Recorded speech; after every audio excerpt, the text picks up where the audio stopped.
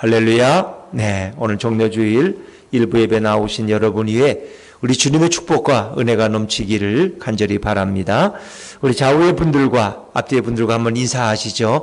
예수님의 은혜가 충만하시기 바랍니다. 예수님의 은혜가 충만하시기 바랍니다. 네. 자, 우리가 오늘은 종료주일로 이렇게 부릅니다. 종료주일은 예수님이 나귀 새끼를 타시고 예루살렘 성에 입성하신 것을 기념하는 그런 절기입니다. 특별히 연도에 늘어선 많은 사람들은 종려나무 가지를 꺾어서 흔들면서 주의 이름으로 오시는 왕이여 하며 예수님을 환영하고 하나님을 찬양했습니다. 그것이 종료주일입니다.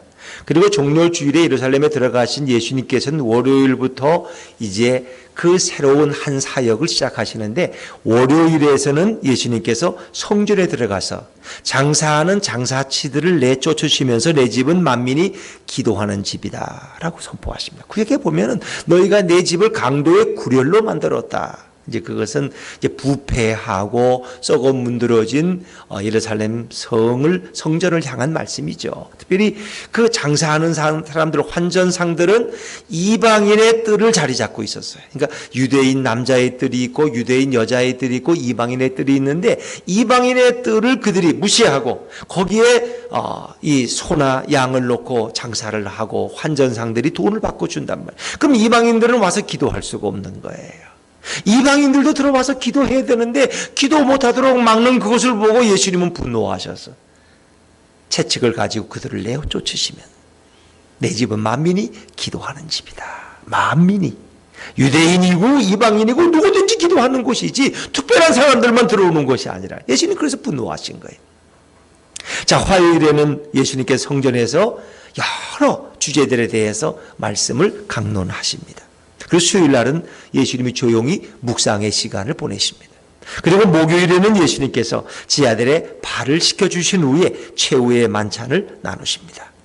그리고 지하들과 함께 찬양하면서 겟세마네 동산에 기도하러 올라가십니다. 그 밤을 새워 기도하시고 금요일 새벽에 예수님은 기도가 마쳤을 때 마침 대제사장의 하석들과 로마 군병들이 예수님을 체포하러 왔을 때 예수님은 순순히 체포되십니다. 그리고 빌라도에게 끌려가셔서 빌라도의 법정에서 재판을 받으시고 오전 9시 영문박 골고다 언덕이 십자가 위에 달리십니다. 그리고 오후 3시까지 6시간 동안 피 흘리며 고난당하시다가 오후 3시에 숨을 거두십니다. 마지막 말씀은 내가 다 이루었다. 그리고 또 아버지의 내 영혼을 받아주옵소서 하는 말씀으로 예수님은 숨을 거두시죠. 예수님의 처음 말씀은 저들의 죄를 사해 주옵소서. 저들은 지금 무슨 일을 하는지 알지 못합니다 하는 말씀으로 산상칠언의 말씀이 시작되죠. 이 다 이루었다는 말씀은 헬라어로 테텔레스타이라고 그러는데, 쉽게 말하면 상인이 물건을 사기 위해서 물건값을 치르는 거예요. 내가 돈을 다 치렀나? 아니, 다 치르셨어요. 알아서 그럼 가져가도 되죠. 아니, 다 물건 안 치렀는데요. 반만 내셨는데 그러면 안 되죠.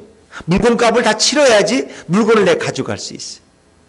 그러니까 우리의 죄값을 예수님이 다 치르셨다는 거예요. 당신의 보혈로 그 죄값을 내가 다 이루었다. 인간의 구원을 이루셨고 인간의 죄를 다 용서하셨다 하는 것이 테텔레스타이, 다 이루었다 하는 말씀입니다. 그래서 예수님이 고난당하시고 피 흘리심으로 우리의 구원을 온전히 이루셨습니다. 예수님의 고난의 핵심은 그분의 피 흘리심입니다. 그분의 보혈로 저와 여러분의 죄가 씻음받은 줄로 믿습니다.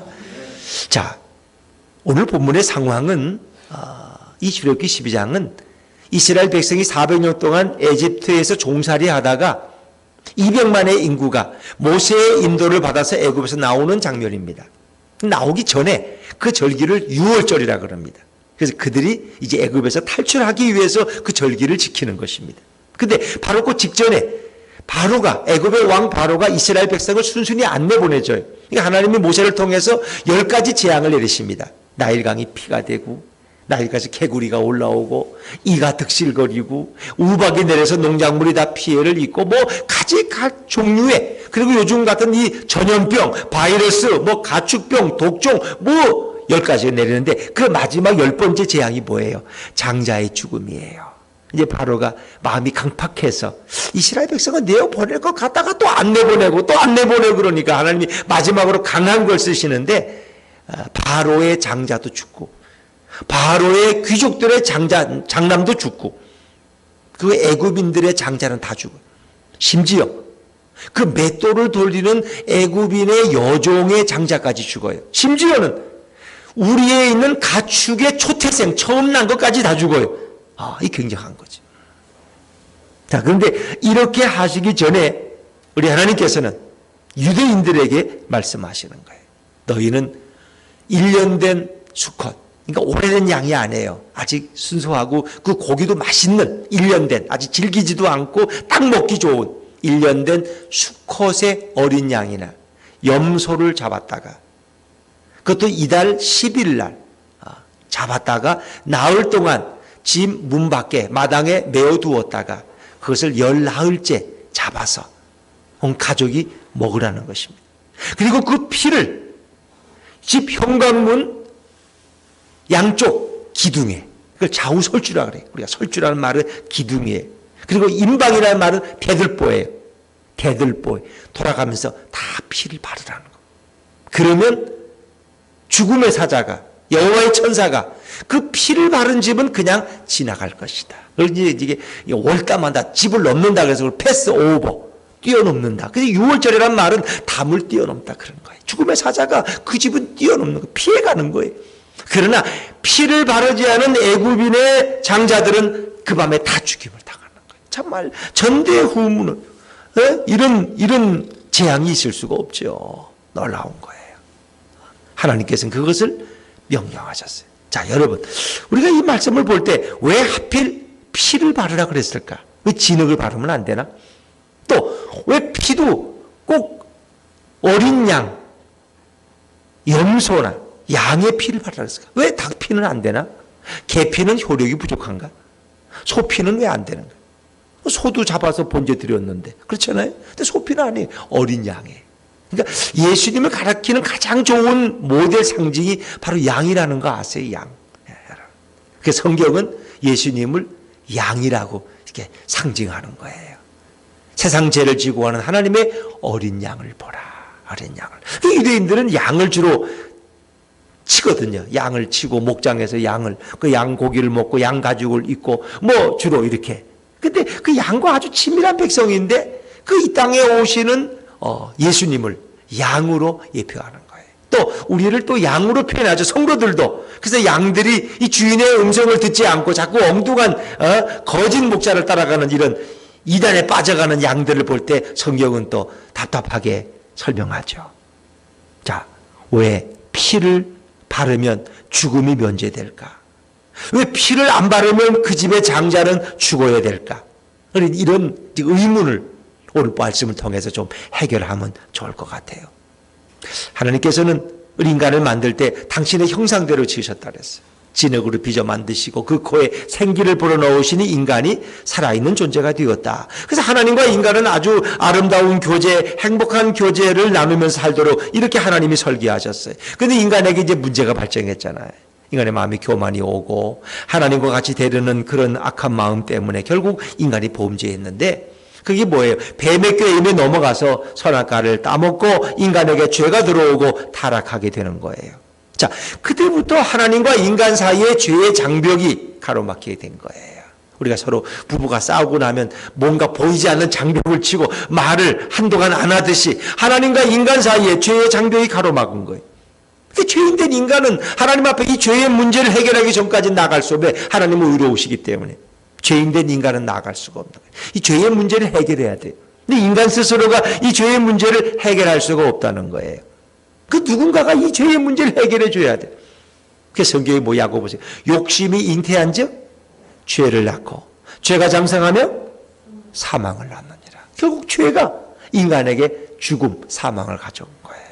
그래서 하나님이 영원히 살도록 인간을 창조하셨는데 이제 인간은 죽는 존재가 됐어요. 늙고 병들고 죽는 존재가 됐어요. 땀을 흘려야지 뭔가 얻을 수 있는. 그리고 땅은 엉겅퀴를 내고 가시를 내고 그렇게 됐어요. 자, 이제 인간은 하나님 앞에 나아가야 구원이 있어요. 근데 죄가 용서받지 않으면 나아갈 수가 없어요. 인간의 죄를 해결하기 위해서 누가 오셨는가 하는 것입니다. 자, 우리 출애굽기 11장 5절 6절 말씀 우리 자막에서 한번 읽어볼까요? 자, 11장입니다. 시작. 애굽 땅에 있는 모든 처음 난 것은 왕위에 앉아있는 바로의 장자로부터 맷돌 뒤에 있는 몸종의 장자와 모든 가축의 처음 난 것까지 죽으리니 애굽 온 땅에 전무후무한 큰 부르짖음이 있으리라. 이게 10번째 재앙이에요. 자, 이 재앙에서 누구도 예외가 없어요. 그러나 하나님은 유대인들에게는 특별한 말씀을 주셨어요. 이제 너희의 집에 어린 양을 잡아서 그 피를 문설주에 바르라. 자, 우리 5절과 6절 말씀, 오늘 본문 출애굽기 12장 5절과 6절 말씀 한번 읽어볼까요? 시작. 너희 어린 양은 흠없고 1년 된 수컷으로 하되 양이나 염소 중에서 취하고 이달 연나흘까지 간직하였다가 해질 때에 이스라엘 회중이 그 양을 잡고 7절 그 피를 양을 먹을 집 좌우 문설주와 임방에 바르고 아멘 그랬습니다. 어린 양을 잡아서 그 피를 현관문 출입구에 바르라는 것입니다. 그러면 너희들은 살아날 것이라는 거예요. 너희들은 보호받을 것이다. 자, 우리 출애굽기 12장 13절 말씀 한 번 더 13절입니다. 시작. 내가 애굽 땅을 칠 때에 그 피가 너희가 사는 집에 있어서 너희를 위하여 표적이 될지라. 내가 피를 볼 때에 너희를 넘어가리니 재앙이 너희에게 내려 멸하지 아니하리라. 내가 피를 볼 때에, 문설주에 바른 피를 볼 때에 내가 너희를 넘어할 것이다. 재앙이 너희에게 임하지 않을 것이다. 아주 놀라운 말씀입니다. 자, 오늘 하나님께서는 이 10번째 재앙과 유월절을 연결시키십니다. 그리고 유월절의 예식을 통해서 유대인들은 보호받고 그리고 애굽을 떠나게 되는 것이죠. 근데 이렇게 유월절 이 예식의 첫 번째는 달력을 바꾸라고 하는 것입니다. 달력을. 왜 달력을 바꾸라고 그랬을까? 자, 오늘 12장 2절 말씀도 한번 읽어볼까요? 2절입니다. 2절 시작. 이 달을 너희에게 달의 시작 곧 해의 첫 달이 되게 하고. 지금까지 쓰던 다른 달력을 무시해버리고 새로운 달력을 만들려고 그러면 이해가 되시겠어요? 새로운 달력을 만들. 그리고 이 달을 너희에게 달의 첫 해가, 우리는 말하면 신년 1월이 되게 하라는 거예요. 지금 이번 달을. 이 참 놀라운 말씀이죠. 그러니까 유월절 어린 양의 피가 흘려짐으로 새로운 출애굽의 역사가 시작되는 거예요. 그러니까 출애굽부터 이스라엘 역사는 새로 시작된다는 거 아세요? 그러니까 예수를 만나기 전과 만난 후에 인생이 다르다는 거 아세요? 예수님을 만나고 영접해서 그의 보혈로 내 죄가 씻음 받을 때 내 인생의 새로운 역사가 시작되는 거예요. 이제 그들이 어린 양의 피로 보호받고 애굽에서 나오면서 새로운 역사가 시작된 거예요. 그것을 흔히 세례라고 표현하기도 합니다마는 예수 그리스도의 보혈로 내 심령이 씻음 받았느냐 하는 것을 따지는 거죠. 그래서 그 출애굽한 그 달을 정월 1월로 삼으라는 거예요. 달을 바꾸라는 거예요. 새로운 원력을 주신 거예요. 그래서 그 첫 달을 유대인의 이름으로 아비벌이라. 아비벌. 성경에 보면 아비벌이 첫 달이에요. 근데 포로에 바벨론 포로로 갔다 돌아온 이후에 그 이름을 니산월로 바꿨다는 거 아세요? 니산월로. 그리고 오늘날 태양력으로 환산하면 그 니산월이나 아비벌은 지금의 3월이나 4월인 거예요.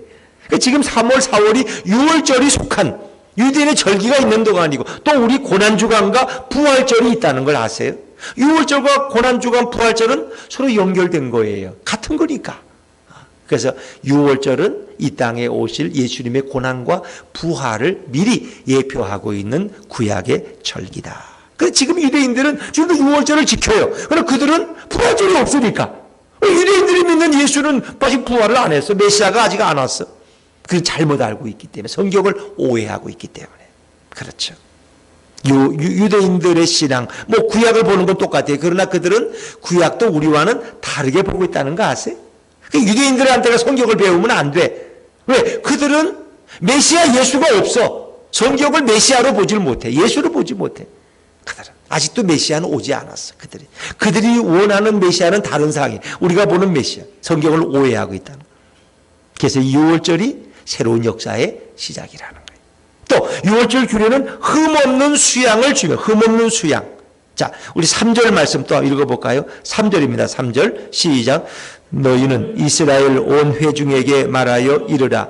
이달 열흘에 너희 각자가 어린 양을 취할지니 그 식구를 위하여 어린 양을 취하되. 아멘. 그랬습니다. 5절에 너희 어린 양은 흠없고 1년 될 것으로 되어 있죠. 자, 가족을 위해서 가족 수대로 어린 양을 취합니다. 보통 양 한 마리에 10명의 가족이 먹을 수 있어요.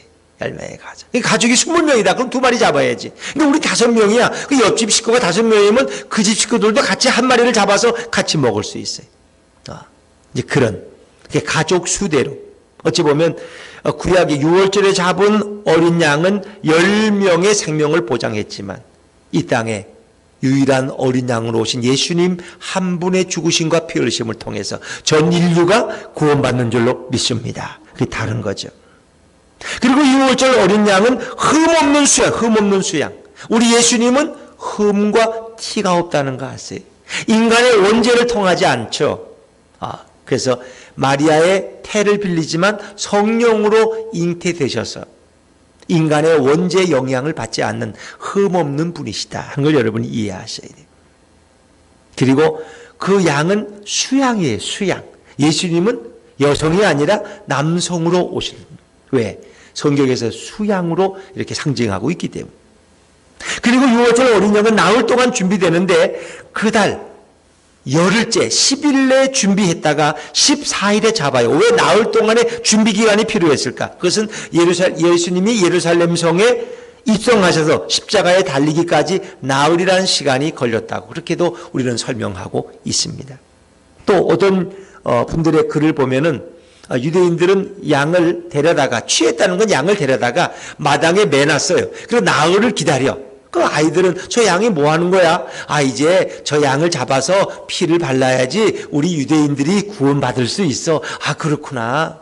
저 양은 왜 죽어야 되지? 우리를 살리기 저 양이 우리 대신 죽는 거야, 아빠? 아이들은 늘 묻는 거예요. 저 양이 왜 죽어야 하는지, 죽어야 되는 이유를 묻는 거예요. 저 양은 우리 가족을 살리기 위해서 우리 대신 죽어야 한단다. 저 양이 죽고 피를 발라야지 우리 가족이 구원받고 애굽에서 무사히 탈출할 수 있단다. 이렇게 설명하는 거예요.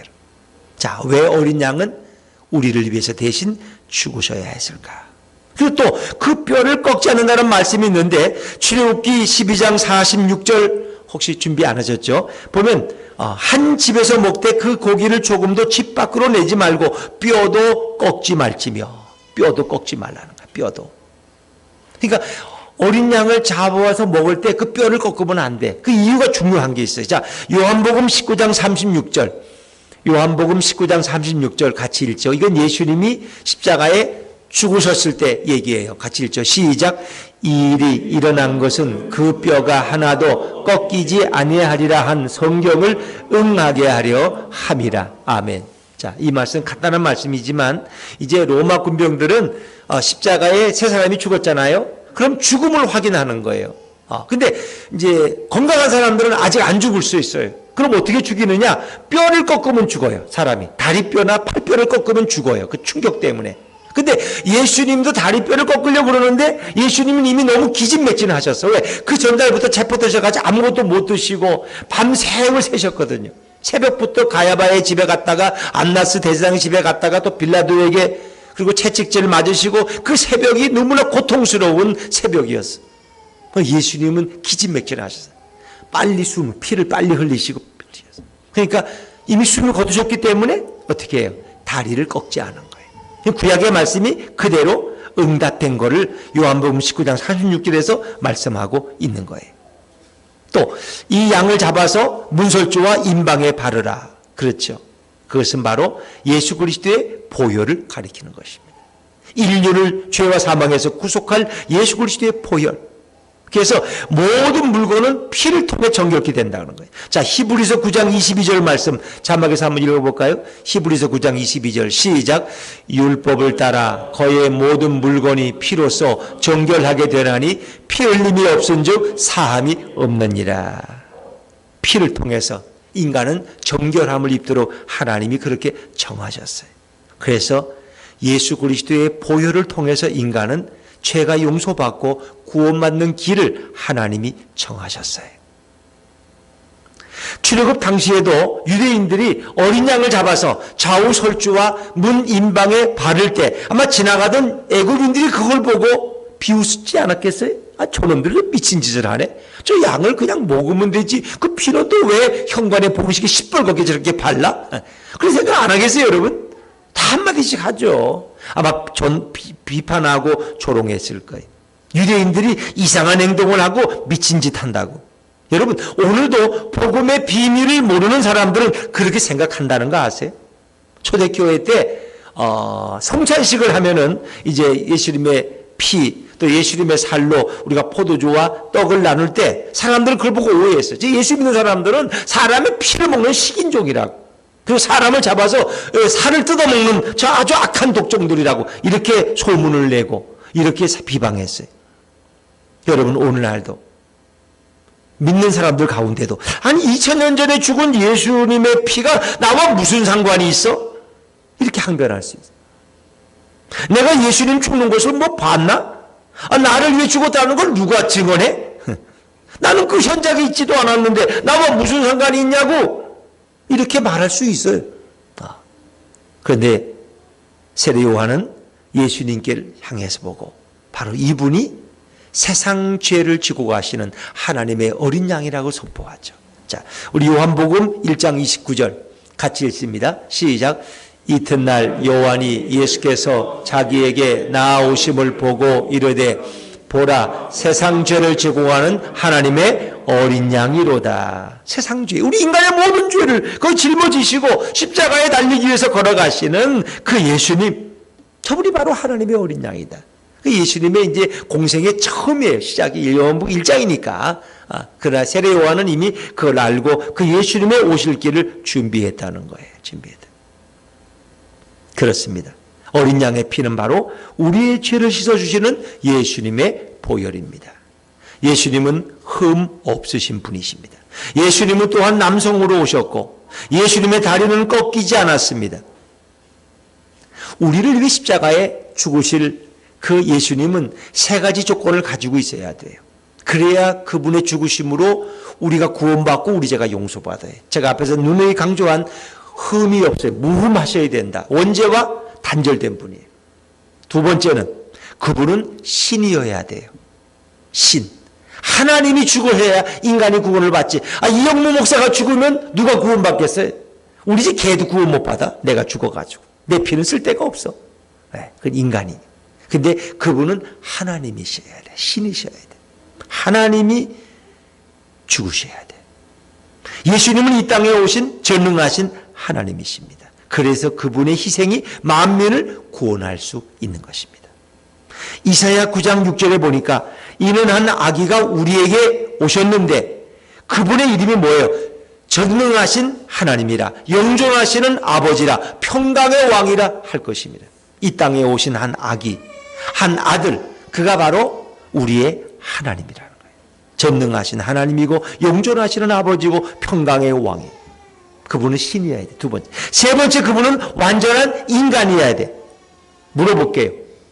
신은 피를 흘릴 수 있어요? 없어요? 없어요. 신은 피가 없어요. 그러나 인간은 피가 있어요? 없어요? 피가 있어요. 그래서 그분은 피를 흘리셔야 돼요. 그러니까 완전한 인간의 몸을 입지 않으면 그분은 피를 흘릴 수 없어요. 예수님은 완전한 인간으로 오셨기 때문에, 그러니까 하나님이면서 동시에 인간이신 그 예수 그리스도 안에 완전한 신의 성품과 인간의 성품이 동시에 존재한다는 거 아세요, 여러분? 그분은 하나님이면서도 완전한 인간이십니다. 어떤 분들은 인간의 탈을 쓰고 온 거지. 신이 어떻게 인간 흉내를 낸 거지. 진짜 인간이겠어. 아니, 그분은 진짜 행로에 고뇌에서 피곤하셨고, 굶주리기도 하셨고, 목마르기도 하셨고, 우리와 똑같은 고난과 아픔을 당하신 완전한 인간이시. 그러나 동시에 그분은 풍랑을 잔잔케 하신 하나님이십니다. 죽은 자를 살리신 하나님이십니다. 그래서 완전한 인간이시고 완전한 신이라는 사실을 여러분이 혼란하지 않게 잘 받아들이셔야 됩니다. 그분은 인간을 위해서 피 흘리셔야 됐기 때문에 완전한 인간의 몸으로 오셔야 돼요.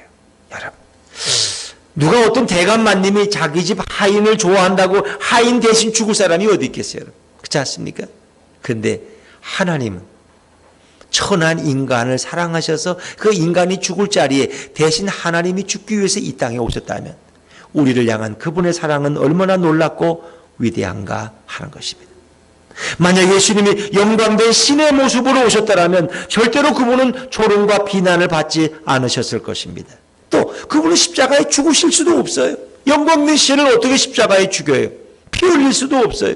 그러나 예수님은 천한 인간의 모습으로 오셨기 때문에 우리를 위해 십자가에 피 흘려서 죽으실 수 있습니다. 우리를 사망해서 구원하시고 우리의 죄의 더러움을 씻어주실 수가 있었어요. 그래서 이사야 56장 뭐래? 그가 찔림은 우리의 허물 때문이요 그가 상함은 우리의 죄악 때문이라. 그가 징계를 받음으로 우리가 평화를 누리고 그가 채찍에 맞음으로 우리가 나음을 입었다. 하랑이 보세요. 좀 배워야 돼. 거기 있다가 나오니 아빠가 보고 싶었는데 아빠하고 좋아하잖아.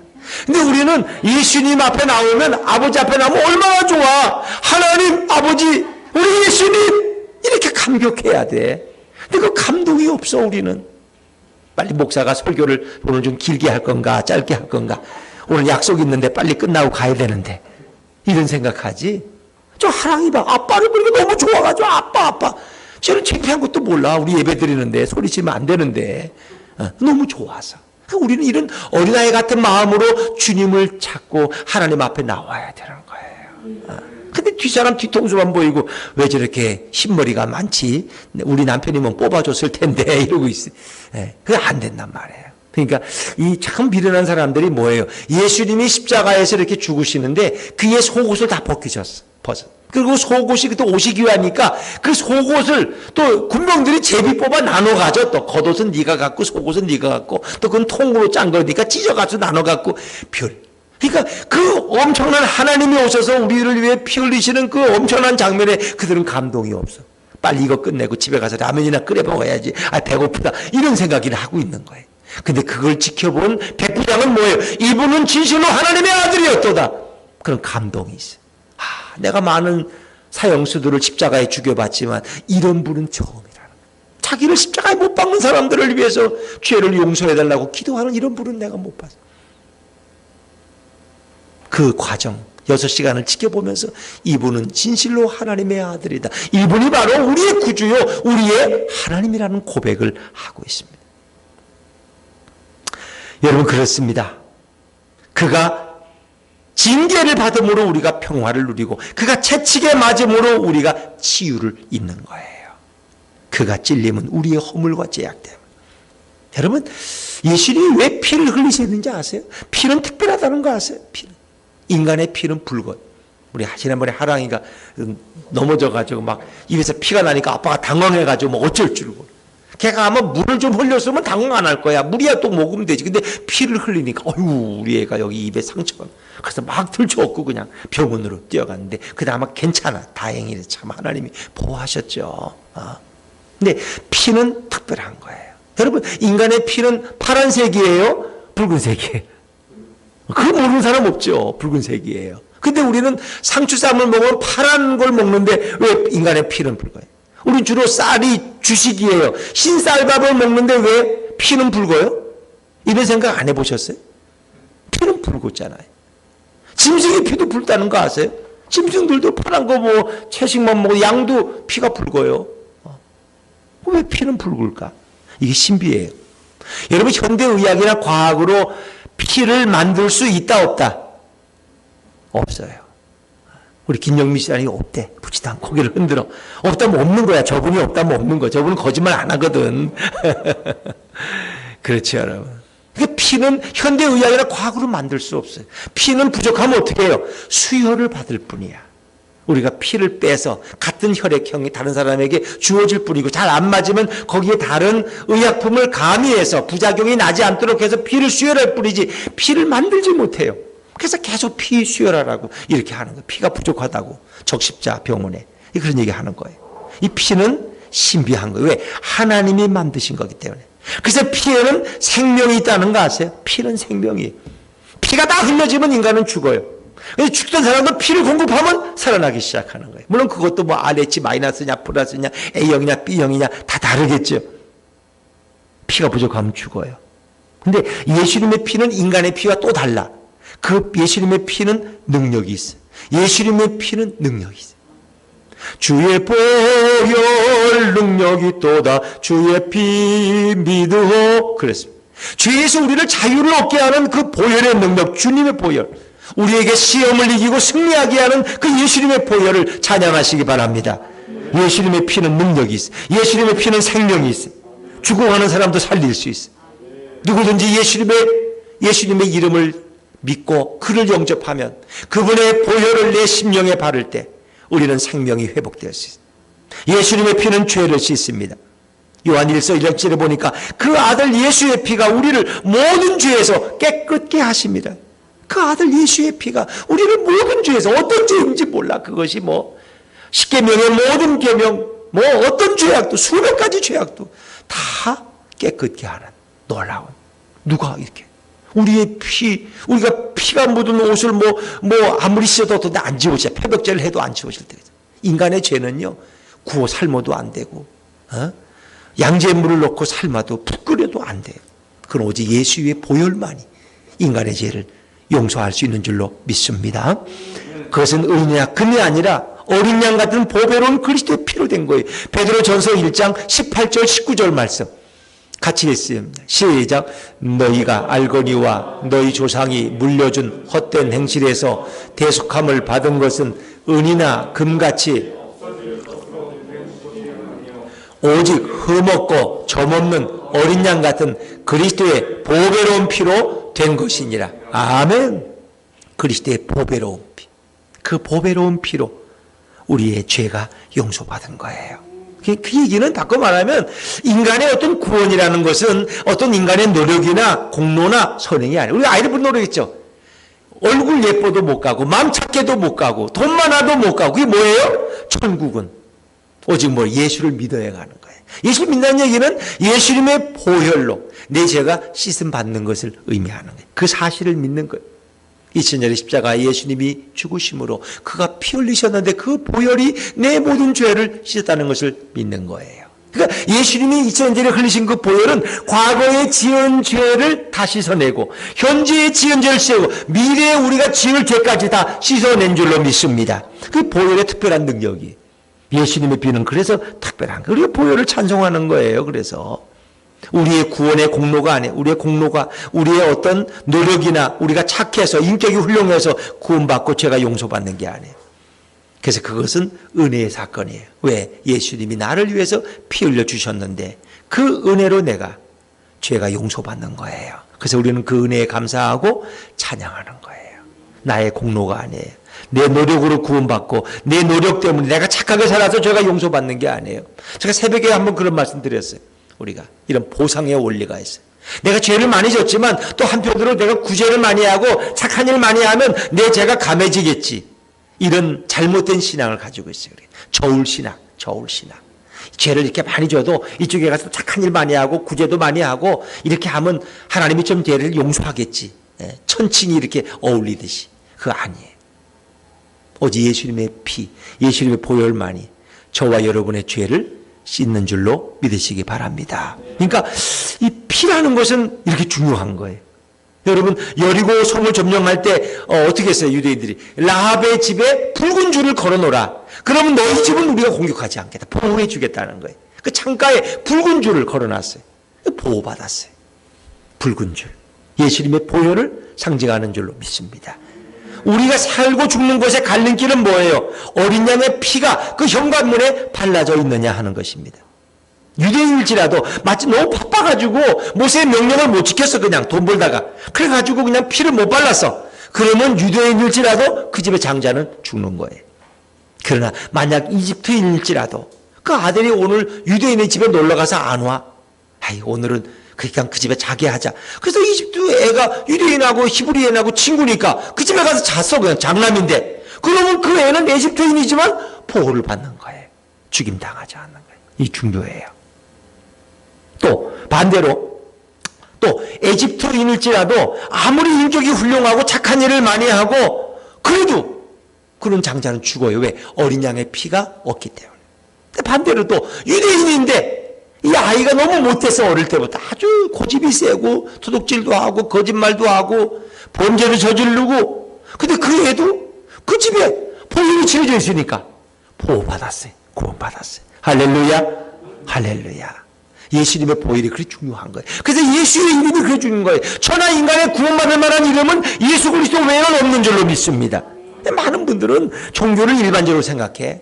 종교라는 건 수양을 위해서 있는 거고 다 불교나 유교나 기독교나 내용은 똑같아. 다 사랑하라는 거고 다 그렇게 잘못 착각하고 있다는 거예요. 현대인들은. 이 문제예요. 종교는 같은 게 아니에요.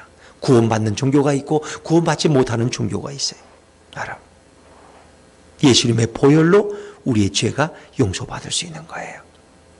죄악의 담 때문에 하나님께 돌아갈 수 없는 인간들을 구원하기 위해서 하나님은 예수 그리스도를 이 땅에 보내셨어요. 대속물로. 인자가 온 곳은 섬김을 받으려 함이 아니라 도리어 섬기려 하고 자기 목숨을 많은 사람을 위한 대속물로 주려 함이니라. 대신 속죄의 제물로 자신을 주기 위해서 예수님은 오신 거예요. 한마디로 말하면 피 흘리기 위해서 오셨다는 거예요.